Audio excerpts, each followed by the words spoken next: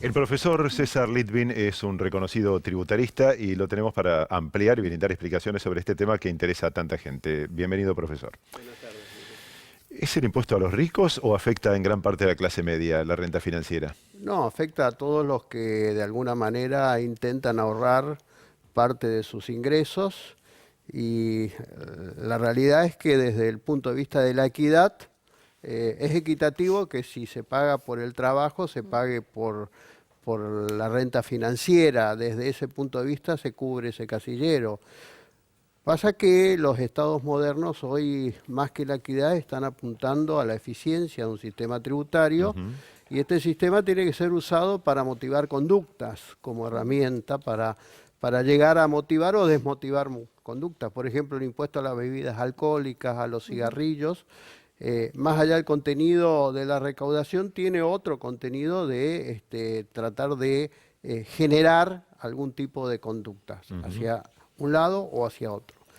Básicamente, el dejar de estar exenta la renta financiera desmotiva, por supuesto, a aquel que quiere ahorrar, ahorrar en un plazo fijo o ahorrar en prestarle al Estado en un título público.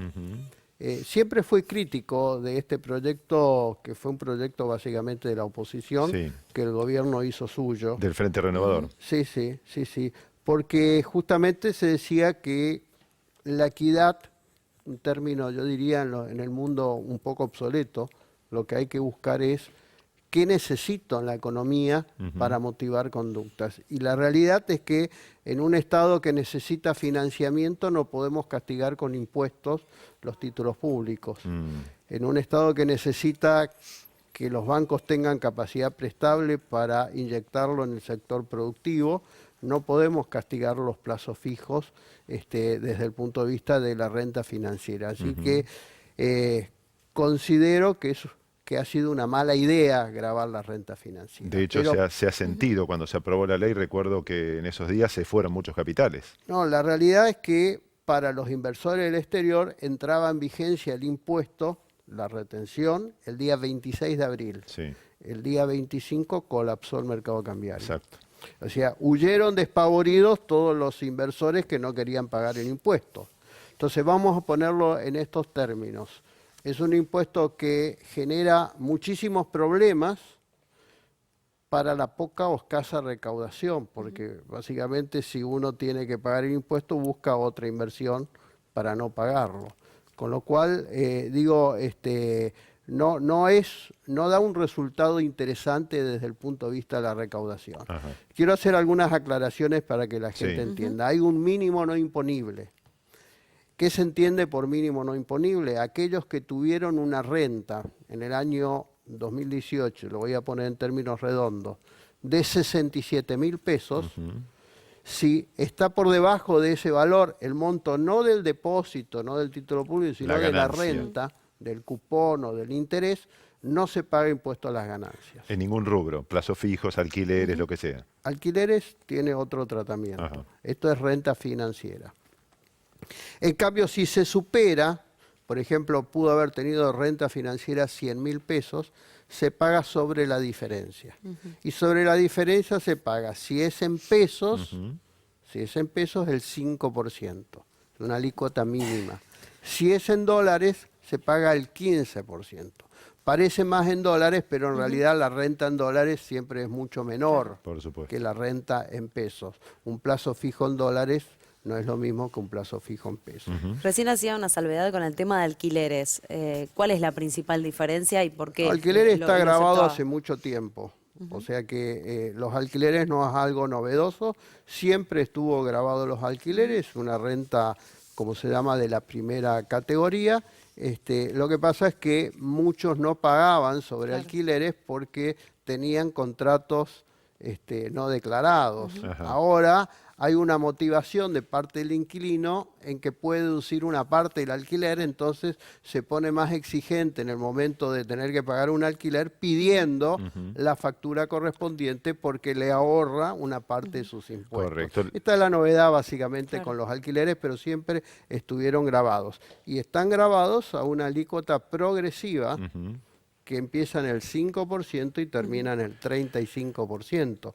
Progresiva significa que a mayor nivel de ingreso sube la alícuota del impuesto. Correcto. Le pregunto, ¿se descuenta la inflación de la ganancia obtenida? Porque, digamos, para que se entienda, para que miles de personas nos vean en todo el país lo entiendan, alguien que tiene un plazo fijo a un 42% de interés, pero la inflación es del 48% anual. ¿Tuvo ganancia o tuvo pérdida con respecto al...? Ese es un tema crucial y que forma parte de una de las dificultades que tiene este impuesto.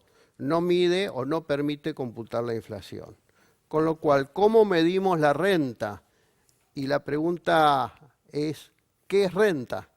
En este año, que es un año bueno para lo pedagógico, para explicar de que todo el interés no es renta, ¿sí? Es difícil medir qué parte es ganancia y qué parte es pérdida de capital. Este año es un año que normalmente muchos ahorristas en plazo fijo van a tener una pérdida de capital. Claro. Y sin embargo van a tener que pagar sobre los intereses en la medida que supere esos 67.000 pesos en todo el año. Los 67 no es, insisto, porque ha generado mucha confusión, no es por el monto del plazo fijo, sino por el monto del interés. Sobre el tema, ¿es fácil determinarlo para los contadores? Digo, porque mucha gente tiene un plazo fijo y le va agregando, además del interés, le agrega o le saca cada mes. ¿Va a ser complicado? Es complicado, pero la AFIP va a emitir una resolución que le va a obligar a los bancos a informar a la AFIP para que la AFIP tenga esa información y informar también al contribuyente los datos ya específicos para que el contador pueda hacer la declaración jurada, porque si no es un trabajo muy complicado. Claro. Quiero decir lo siguiente, aquellos que tienen caja de ahorro, la caja de ahorro, el interés que produce la caja de ahorro, que es escaso, pero es algún interés, no está alcanzado por este impuesto. Es decir, que esto alcanza los plazos fijos, no a la caja de ahorro. Y otro dato muy importante es que tanto los plazos fijos como los títulos públicos siguen exentos en el impuesto a los bienes personales. Claro. Esto es muy importante porque bienes personales toma la fotografía al 31 de diciembre cada año. O sea que alguien que tenga un título público pagará ganancias, pero no pagará bienes personales. Claro. Alguien que tenga un plazo fijo pagará ganancias, pero no pagará bienes personales. Y alguien que tiene dólares en el colchón, declarados, esos dólares en el colchón declarados pagará bienes personales. Pero no ganancias. Pero no ganancias. Pero bien, con lo cual, hoy en día, el impuesto a las ganancias se convirtió un poco en un tema donde requiere una planificación para ver dónde pongo el dinero, qué me sacan de impuesto, porque en definitiva el impuesto lo que hace es reduce la renta. ¿Sí? No es lo mismo una renta del 7% libre de impuestos que un 7% con una incidencia del impuesto. Entonces hay que evaluar bien dónde se pone el ahorro para conservarlo. Evidentemente. Profesor, muchísimas gracias por su claridad. Adiós, un gusto. César Litvin, tributarista reconocido, que nos explicaba entonces este tema de la renta financiera que hoy fue reglamentado y publicado en el Boletín Oficial por el Gobierno.